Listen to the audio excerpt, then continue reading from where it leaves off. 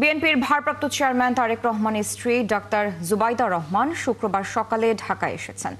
সেখান থেকে সরাসরি এভারকেয়ার হাসপাতালে শাশুড়ি খালেদা জিয়াকে দেখতে যান তিনি। এদিকে বিএনপি মহাসচিব জানিয়েছেন, চিকিৎসকেরা নিশ্চিত করলেই খালেদা জিয়াকে এয়ার অ্যাম্বুলেন্সে তোলা হবে। শফিকুল হকের প্রতিবেদন। মেডিকেল বোর্ড সিদ্ধান্ত দিলেও কাতার আমিরের বিশেষ এয়ার অ্যাম্বুলেন্স এসে নাও পৌঁছানোয় বিলম্বিত হচ্ছে বেগম খালেদা জিয়ার লন্ডন যাত্রা। তবে তাকে নিয়ে যেতে এরই মধ্যে ঢাকায় পৌঁছেছেন তারেক রহমানের সহধর্মিণী ডাক্তার জুবাইদা রহমান। শুক্রবার সকালে বাংলাদেশ বিমানের একটি নিয়মিত ফ্লাইটে ঢাকায় নামেন ডাক্তার জুবাইদা। সেখান থেকে সরাসরি এভারকেয়ার হাসপাতালে চিকিৎসাধীন বেগম খালেদা জিয়ার কাছে যান তিনি। এদিকে কারিগরি ত্রুটির কারণে এখনো আসতে পারেনি কাতারের আমিরের বিশেষ এয়ার অ্যাম্বুলেন্সটি। সেটি রওনা হলেই বেগম জিয়ার লন্ডন যাত্রার প্রস্তুতি শুরু হবে। এয়ার অ্যাম্বুলেন্স কোনো আপডেট নাই, এটা অপেক্ষা করছি আমরা। ওরা কোনো আপডেট এখনো জানায়নি, যান্ত্রিক ত্রুটির জন্য দেরি হচ্ছে, এটুকুই শুধু জানিয়েছে। বাদ জুমা নয়াপল্টনে বেগম খালেদা জিয়ার সুস্থতা কামনায় দোয়া মোনাজাতের আয়োজন করে বিএনপি। সেখানে যোগ দিয়ে দলটির মহাসচিব বেগম জিয়ার এই অবস্থার জন্য আওয়ামী সরকারকে দায়ী করেন। ধারণা দেন কবে লন্ডন যেতে পারেন বেগম খালেদা জিয়া। চিকিৎসকরা প্রাণপণে চেষ্টা করছেন এবং আশা করছেন যে তিনি আগামীকাল যদি আপনার এয়ার অ্যাম্বুলেন্স এসে পৌঁছায় কাতার থেকে, তাহলে আগামী পরশু অর্থাৎ রোববার তাকে লন্ডনে নিয়ে যাওয়া সম্ভব হবে। তবে তিনি এখনও গুরুতর অসুস্থ, সেই কারণে তিনি ফ্লাই করতে পারবেন কিনা সেটা ডাক্তাররা নিশ্চিত করলেই তাকে ফ্লাই করে নিয়ে যাওয়া হবে অ্যাম্বুলেন্সে করে। গত 23 নভেম্বর থেকে এভারকেয়ার হাসপাতালে চিকিৎসাধীন রয়েছেন বেগম খালেদা জিয়া। সেখানে শারীরিক অবস্থার অবনতি হলে 27 নভেম্বর তাকে সিসিইউতে নেওয়া হয়। টানা 9 দিন ধরে সেখানেই চিকিৎসাধীন রয়েছেন সাবেক প্রধানমন্ত্রী। শফিকুল হক, 71, ঢাকা। রাজধানীর এভারকেয়ার হাসপাতালে দেশি বিদেশি বিশেষজ্ঞদের সমন্বয়ে গঠিত মেডিকেল বোর্ডের অধীনে খালেদা জিয়ার চিকিৎসা চলছে। এ বিষয়ে সবশেষ খবর জানাতে আমাদের সাথে এভারকেয়ার হাসপাতালের সামনে থেকে যুক্ত হচ্ছেন সহকর্মী সবুজ মাহমুদ। সবুজ, বিএনপি চেয়ারপারসনের শারীরিক অবস্থার কোনো আপডেট আছে কিনা? চিকিৎসকরা নতুন করে কিছু জানিয়েছেন কিনা এবং সব মিলিয়ে সেখানে নিরাপত্তা ব্যবস্থা কেমন দেখছেন জানাবেন। মেহজাবিন, আমরা বিভিন্ন মাধ্যম থেকে জানতে পেরেছি বেগম জিয়ার পাকস্থলীর যে রক্তক্ষরণ সেটি বন্ধ হয়েছে। তবে এই বিষয়ের নিশ্চিত কোনো তথ্য বা আনুষ্ঠানিক কোনো বক্তব্য আমরা এখনও কারো কাছ থেকে পাইনি। তবে এই মুহূর্তে এভারকেয়ার হাসপাতালে বিএনপির মহাসচিব জনাব মির্জা ফখরুল ইসলাম আলমগীর এবং বেগম জিয়ার পুত্রবধূ জুবাইদা রহমান ভেতরে আছেন। কিছুক্ষণ আগে তারা ভেতরে প্রবেশ করেছেন এবং বেগম জিয়ার স্বাস্থ্য পরিস্থিতি সম্পর্কে সবশেষ অবস্থা কেমন সেই বিষয়টা তাকে দেখতে এসেছেন। এবং আমরা এখানে বাইরে গণমাধ্যম কর্মীরা অবস্থান করছি এবং সেখানে সাধারণ মানুষের ভিড় লক্ষ্য করছে। তারা বিভিন্ন মাধ্যম থেকে বিভিন্ন গুজব শুনে অনেকে এসেছেন যে এখানে আসলে ঘটনাটা কি, তার স্বাস্থ্য অবস্থাটা তারা একেবারে কাছে থেকে নেয়ার জন্য বিভিন্ন লোকজন বিভিন্ন প্রান্ত থেকে এসেছেন এবং তারা এখানে অনেকে রাত্রিও যাপন করার জন্য মনস্থ করেছেন। তো এই অবস্থায় এভারকেয়ার হসপিটালে এবং বেগম জিয়ার লন্ডনে যে উন্নত চিকিৎসা নিয়ে যাওয়ার জন্য যে এয়ার অ্যাম্বুলেন্স, সেই অ্যাম্বুলেন্স আজকে ঢাকায় আসার কথা ছিল, কিন্তু কারিগরি ত্রুটির কারণে একটু আগে আপনি যে খবর দেখাচ্ছিলেন সেখানে বলছিল যে আসতে পারেনি। এবং আরেকটি এয়ার অ্যাম্বুলেন্স কাতারের ব্যবস্থাপনায় কাতার ভাড়া করে জার্মানি থেকে একটি এয়ার অ্যাম্বুলেন্স ঢাকায় আসার কথা রয়েছে। সেটি আগামী শনিবারে হয়তো এসে পৌঁছলে বেগম জিয়ার যদি স্বাস্থ্য পরিস্থিতি ভালো থাকে এবং সেটা মেডিকেল বোর্ড যদি অনুমতি দেয়, তাহলে হয়তো বেগম জিয়াকে আগামী রবিবারে লন্ডনের উদ্দেশ্যে নিয়ে যাওয়া হতে পারে বলে আমরা বিভিন্ন মাধ্যমে দলীয় সূত্র থেকে শুরু করে বিভিন্ন মাধ্যমে জানতে পেরেছি। এই হচ্ছে এই এভারকেয়ার হসপিটাল থেকে বেগম জিয়ার স্বাস্থ্যের অবস্থা বা স্বাস্থ্য খবরের সবশেষ অবস্থা। সবুজ, ধন্যবাদ যুক্ত হওয়ার জন্য। দর্শক, এভারকেয়ার হাসপাতালের সামনে থেকে যুক্ত ছিলেন সহকর্মী সবুজ মাহমুদ, জানাচ্ছিলেন বিএনপি চেয়ারপারসন বেগম খালেদা জিয়ার শারীরিক অবস্থার সবশেষ আপডেট। বিএনপি চেয়ারপারসন খালেদা জিয়াকে চিকিৎসার জন্য লন্ডনে নিয়ে যেতে কাতার সরকারের ব্যবস্থাপনায় জার্মানি থেকে এয়ার অ্যাম্বুলেন্স আসছে ঢাকায়। ঢাকাস্থ কাতার দূতাবাসের পাঠানো এক বার্তায় জানানো হয়, শনিবার বিকেলে ওই এয়ার অ্যাম্বুলেন্স ঢাকায় পৌঁছাতে পারে। এর আগে উন্নত চিকিৎসার জন্য সাবেক প্রধানমন্ত্রী খালেদা জিয়াকে কাতারের আমিরের বিশেষ এয়ার অ্যাম্বুলেন্সে করে লন্ডনে নিয়ে যাওয়ার কথা ছিল, কিন্তু কারিগরি জটিলতায় তা সম্ভব না হওয়ায় এই বিকল্প ব্যবস্থা করেছে কাতার সরকার। দূতাবাসের পাঠানো বার্তায় বলা হয়, জার্মানির এয়ার অ্যাম্বুলেন্স কোম্পানি হলেও ভাড়া থেকে যাবতীয় ব্যবস্থাপনা করছে কাতার। এয়ার অ্যাম্বুলেন্সটি আগামীকাল শনিবার বিকেল 5টায় অবতরণ করবে এবং এ সংক্রান্ত প্রয়োজনীয় প্রক্রিয়া ইতোমধ্যে শেষ হয়েছে। এদিকে বিএনপির মহাসচিব মির্জা ফখরুল ইসলাম আলমগীর জানিয়েছেন, চিকিৎসকরা নিশ্চিত করলেই বিএনপি চেয়ারপারসনকে এয়ার অ্যাম্বুলেন্সে তোলা হবে। বিএনপি চেয়ারপারসন বেগম খালেদা জিয়ার অসুস্থতার সঙ্গে ফেব্রুয়ারি নির্বাচনের কোনো সম্পর্ক নেই বলে মন্তব্য করেছেন দলটির নেতা আমির খসরু মাহমুদ চৌধুরী। শুক্রবার তিনি আরও জানান, চিকিৎসকদের সবুজ সংকেত পেলেই বেগম জিয়াকে চিকিৎসার জন্য লন্ডন নেওয়া হবে। অন্যদিকে আরেক নেতা জয়নুল আবদিন জানান, সাবেক প্রধানমন্ত্রীর অসুস্থতার জন্য ফ্যাসিস্ট হাসিনা সরকারই দায়ী। আরও জানাচ্ছেন হিমেল মাহবুব। বিকালে তরুণদের রাষ্ট্রভাবনা নিয়ে এক অনুষ্ঠানে যোগ দেন বিএনপির অন্যতম নীতি নির্ধারক আমির খসরু মাহমুদ চৌধুরী। পরে তিনি সাংবাদিকদের সাথে কথা বলেন। জানান, বেগম জিয়ার অসুস্থতার সঙ্গে নির্বাচনের কোনো সম্পর্ক নেই। খালি গণতন্ত্রের জন্য, গণতান্ত্রিক অর্ডারের জন্য ত্যাগ স্বীকার করেছেন, জেল কেটেছেন, মৃত্যুর মুখে লড়ছেন। এখন উনি খালেদা জিয়া, উনি সবচেয়ে যদি কেউ বেশি দ্রুত নির্বাচন চায় সেটা হচ্ছে দেশনেত্রী বেগম খালেদা জিয়া। এই মুহূর্তে নির্বাচন পিছানোর প্রশ্নটা আসলো করছে। এদিকে জাতীয় প্রেস ক্লাবের সামনে ঢাকার সেনবাগ জাতীয়তাবাদী ফোরামের উদ্যোগে এক দোয়া মাহফিলে অংশ নিয়েছেন সাবেক বিরোধী দলীয় চিফ হুইপ জয়নুল আবেদিন ফারুক। তার মতে, দেশের এমন সংকটময় মুহূর্তে খালেদা জিয়ার প্রয়োজনীয়তা সবচেয়ে বেশি। যাকে অসুস্থ করে চলেছেন ফ্যাসিস্ট সরকার, বিনা কারণে তাকে জেলে পাঠানো হয়েছে। যে নেত্রী 16 বছর ধরে সরকারের ফ্যাসিস্ট সরকারের বিরুদ্ধে লড়াই করেছেন, সেই নেত্রী আজকে অসুস্থ।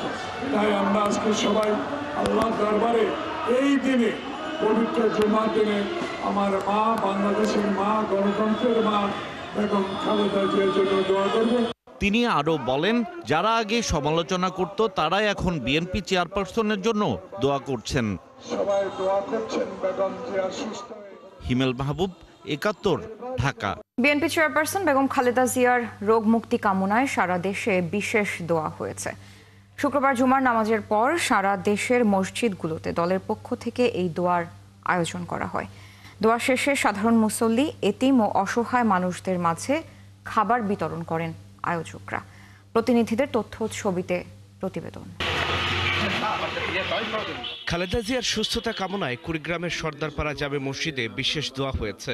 এ সময় বিএনপির সিনিয়র যুগ্ম মহাসচিব রুহুল কবির রিজভী উপস্থিত থেকে 3টি ছাগল সাদগা দেন। পরে রিজভী বলেন, যে নেতা দেশের স্বার্থে কাজ করে তাকে মানুষ কখনোই ভোলে না। বলেন, ফেব্রুয়ারিতে নির্বাচনে অংশ নিতে সব ধরনের প্রস্তুতি শেষ করেছে বিএনপি। যে নেতা দেশের মানুষের জন্য, দেশের স্বার্থের জন্য কাজ করেন তাকে মানুষ কখনো ভোলে না। কত চেষ্টা করা হয়েছে, পৃথিবী থেকে তাকে সরানোর চেষ্টা করা হয়েছে। নরসিংদীতে পলাশ থানা ও ঘোড়াশাল পৌর ছাত্র দলের আয়োজনে আলোচনা সভা ও দোয়া হয়েছে। এ সময় বিএনপির স্থায়ী কমিটির সদস্য ডক্টর আব্দুল মঈন খান বলেন, বেগম জিয়া সবসময় গণতন্ত্রের জন্য সংগ্রাম করেছেন। দেশের ক্রান্তিকালে তার প্রয়োজন অপরিসীম। তিনি এমন একজন ব্যক্তিত্ব যার মধ্যে কোনো হিংসা, দেশ, ক্রোধ যার মধ্যে অনুপস্থিত। তাকে কেন শ্রদ্ধা করে? তাকে শ্রদ্ধা করে এই কারণে যে তিনি গণতন্ত্রকে ভালোবাসেন। শুক্রবার খালেদা জিয়ার সুস্থতার জন্য লক্ষ্মীপুর চকবাজার জামে মসজিদে জুমার নামাজ শেষে দোয়া মাহফিল হয়েছে। এ সময় বিএনপির যুগ্ম মহাসচিব শহীদ উদ্দিন চৌধুরী আনি বিএনপি চেয়ারপারসনের রোগ মুক্তি ও দীর্ঘায়ু কামনা করে দেশবাসীর কাছে দোয়া চেয়েছেন। নারায়ণগঞ্জের ফতুল্লা বিএনপির যুগ্ম সাধারণ সম্পাদক রুহুল আমিন এবং এলাকার দলীয় নেতাকর্মীদের উদ্যোগে দোয়া মাহফিল হয়েছে। অনুষ্ঠানে বক্তারা বলেন, বেগম খালেদা জিয়া দেশের জন্য গুরুত্বপূর্ণ অবদান রেখেছেন। বিএনপি চেয়ারপারসন বেগম খালেদা জিয়ার আশু রোগ মুক্তি ও সুস্থতা কামনায় পাবনার বিভিন্ন মসজিদে কোরআন খতম ও বিশেষ দোয়ার আয়োজন করা হয়। সিলেট মহানগর বিএনপির সাবেক সাধারণ সম্পাদক বদরুজ্জামান সেলিমের উদ্যোগে ঐতিহাসিক শাহী ঈদগাহ ময়দানে খতমে কুরআন ও দোয়া মাহফিল হয়। উপস্থিত ছিলেন সিলেট 1 আসনের বিএনপি মনোনীত প্রার্থী খন্দকার আব্দুল মুক্তাদির ও সিলেট 4 আসনের মনোনীত প্রার্থী আরিফুল হক চৌধুরী সহ সর্বস্তরের মানুষ।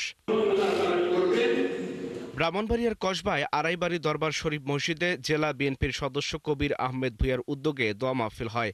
মাহফিলে নেতাকর্মীরা উপস্থিত ছিলেন।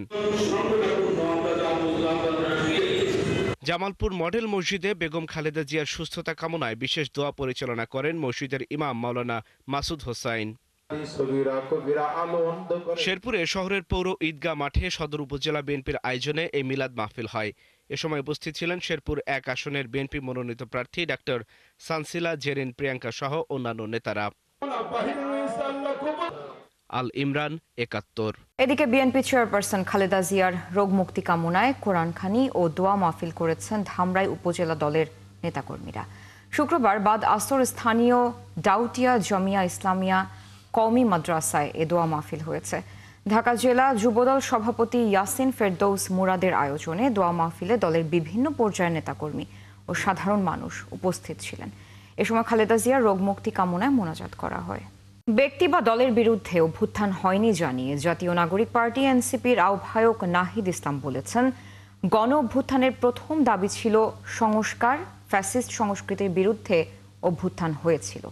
রাজধানীর একটি হোটেলে এক সেমিনারে তিনি বলেন, 2024-এর অভ্যুত্থানের প্রতিশ্রুতি না রাখলে দেশ ধ্বংসের দিকে যেতে পারে।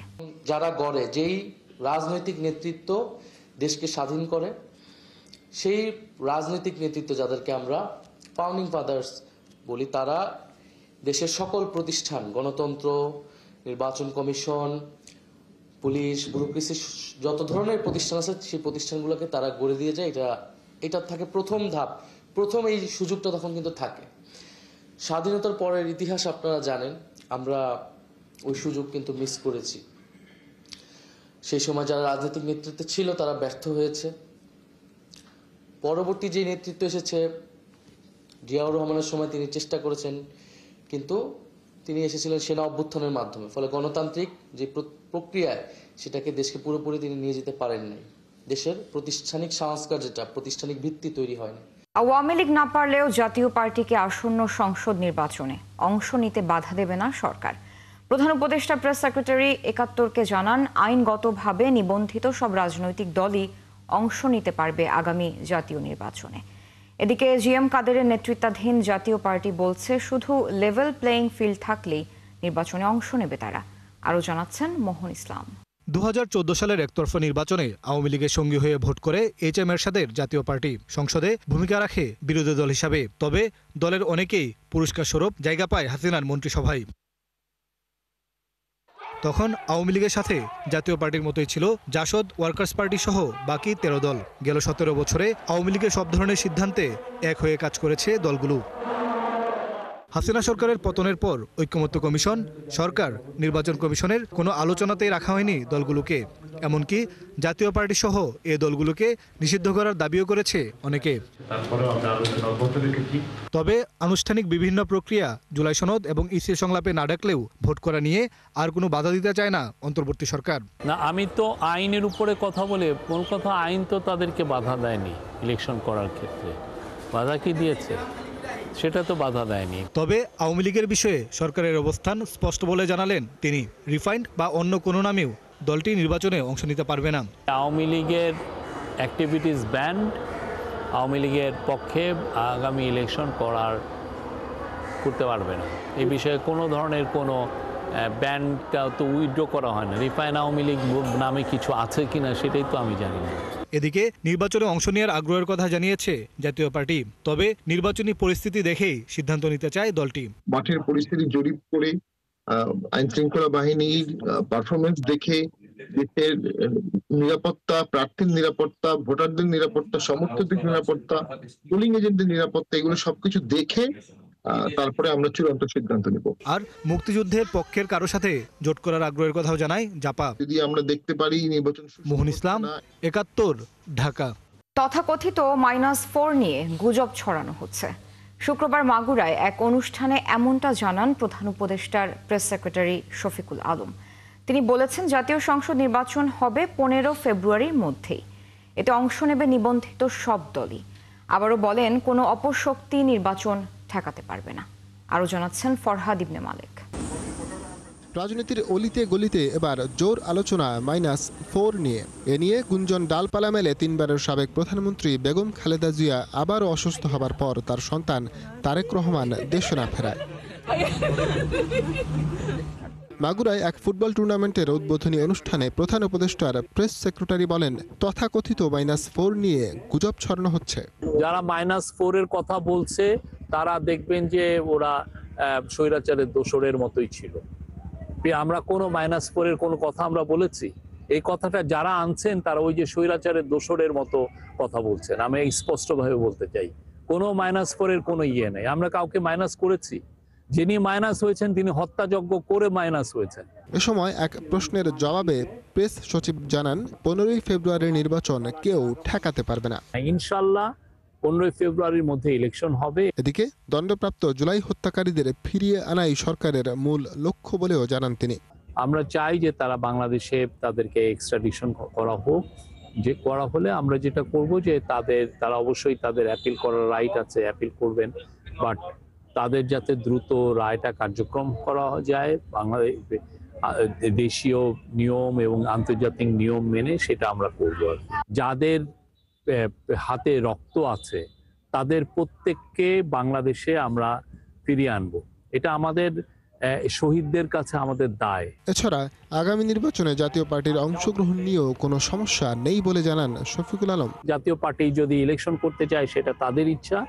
ফরহাদ ইবনে মালিক, 71, ঢাকা। নির্বাচনের আগে ভারী অস্ত্র উদ্ধারের অভিযান চলবে, এ ব্যাপারে সরকারের কোনো ব্যর্থতা নেই বলে দাবি করেছেন স্বরাষ্ট্র উপদেষ্টা জাহাঙ্গীর আলম চৌধুরী। শুক্রবার সকালে পূর্বাচলে ফায়ার সার্ভিসের ট্রেনিং গ্রাউন্ডে ভলান্টিয়ার সম্মাননা অনুষ্ঠানে এ কথা বলেন উপদেষ্টা। এ সময় দুর্যোগ মোকাবেলায় 55,000 ভলান্টিয়ারকে ট্রেনিং দেওয়ার কথা জানান তিনি। যে কোনো সময় ফায়ার সার্ভিসের পাশে ভলান্টিয়াররা পাশে থাকবে সে প্রত্যাশা করেন তিনি। ভলান্টিয়ারদের আরও কিছু সুযোগ সুবিধা বাড়ানোর বিষয়ে সরকার ভাবছেন বলে জানান উপদেষ্টা। পুলিশ কমিশনে অধ্যাদেশ প্রসঙ্গে তিনি বলেন, আইন করা হয়েছে মানুষকে সেবার জন্য। এ সময় বিডিআর বিদ্রোহের তদন্ত রিপোর্ট নিয়ে প্রশ্ন করলে বিষয়টির উত্তর দেননি জাহাঙ্গীর আলম চৌধুরী। সরকারের কোনো ব্যর্থতা নাই, উদ্ধার হচ্ছে এবং উদ্ধার হতে থাকবে। আইন করা হয় জনগণকে সেবা দেওয়ার জন্য। এই আইনটা করা হয়েছে জনগণ যেন সেবা পায়, জনগণের সেবার জন্য। কোন বাহিনী কি তাদের জন্য না, এটা বাহিনী যে তাদের যদি কোনো সমস্যা থাকে এটাও তারা রিকমেন্ড করতে পারবে এবং তাদের রিকমেন্ডেশনটা আমরা স্বরাষ্ট্র মন্ত্রণালয়ে দেখব। বছরের শেষ সময়ে এসে আবারও উত্তপ্ত পেঁয়াজের বাজার। সপ্তাহ ব্যবধানে কেজি প্রতি দাম বেড়েছে অন্তত 50 টাকা। ব্যবসায়ীদের দাবি, সরবরাহ সংকটের কারণে দাম বাড়ছে কৃষক পর্যায় থেকে। তবে অস্বাভাবিক এই দামে বিপাকে পড়েছেন ভোক্তারা। অন্যদিকে বাজারে সরবরাহ কমেছে বোতলজাত 5 লিটারের সয়াবিন তেলেরও। রাকিব হোসেনের রিপোর্ট। ঢাকার শান্তিনগর বাজার সাপ্তাহিক ছুটির দিনে বেশ জমজমাট। চাল ডাল থেকে শুরু করে বেশিরভাগ নিত্যপণ্যের দামে পরিবর্তন দেখা না গেলেও অস্বাভাবিকভাবে বেড়েছে পেঁয়াজের দর। পুরনো পেঁয়াজ বিক্রি হচ্ছে 160 টাকা পর্যন্ত, যা গেল শুক্রবারে ছিল 100 টাকার ঘরে। আজকে 2 দিন আগে কিনা গেছি 110 টাকা, বাড়িতে থেকে এখন সকালে আসছি, এখন শুনতেছি যে 150 টাকা। এখন আমরা কিভাবে বিক্রি করবো? আমি গতকালকেও পেঁয়াজ কিনছি 110 টাকা দা, আজকে অর্ডার দিলাম হচ্ছে 150। আমি বললাম যে পেঁয়াজ নেব না। হঠাৎ করে আজকে দেখি 150 টাকা, 160 টাকা। আমি 160 টাকারটা নিলাম, কিন্তু নেওয়ার কথা ছিল 5 কেজি, আমি কমে মাত্র 2 কেজি নিয়েছি। টিসিবির হিসাবে গতকাল ঢাকার বাজারগুলোতে সর্বোচ্চ 130 টাকা দরে বিক্রি হয় প্রতি কেজি পেঁয়াজ। গেল বছর একই দাম ছিল পণ্যটির, কিন্তু একদিনের ব্যবধানে আরও 30 টাকা বাড়ায় বিপাকে পড়েছেন ভোক্তারা। বর্তমানে বাজারে পাতাসহ পেঁয়াজ বিক্রি হচ্ছে কেজি 60 টাকা দরে। পুরানো পেঁয়াজটা এখন সিজনের শেষ, আর ওটা অনেক ভালো, ওজনে বেশি, এটা ওজনে কম, তার জন্য কম বেশি। পুরান পেঁয়াজটা কমে যাওয়ার কারণে দাম মার্কেটে বাড়ে। গত সপ্তাহে যখন পেঁয়াজ নিলাম তখন নিলাম 130 টাকা, এই পেঁয়াজটা নিলাম 130 টাকা, আজকে দেখছি 160 টাকা। তো এইটা কিভাবে ইয়ে করবো? এটা স্বাভাবিক কে বলবো আমি ঠিক বুঝতে পারতেছি না। কারণ বাজার ঘুরে দেখা যায় পেঁয়াজের সরবরাহ তুলনামূলক কম। ব্যবসায়ীরা জানান মজুত কমায় দাম বেড়েছে কৃষক পর্যায় থেকে। নতুন পেঁয়াজের সরবরাহ না বাড়লে দাম আরও বাড়ার আশঙ্কা করছেন তারা। এখন নতুন পেঁয়াজ না আসা পর্যন্ত, ভরপুর আমদানি না হওয়া পর্যন্ত কিচ্ছু বোঝা যাবে না। পেঁয়াজের বাজার কোথায় যা ঠেকবে বলা যাচ্ছে না। শুধু নতুন পেঁয়াজ ঠেকাইতে পারবে পুরান রে।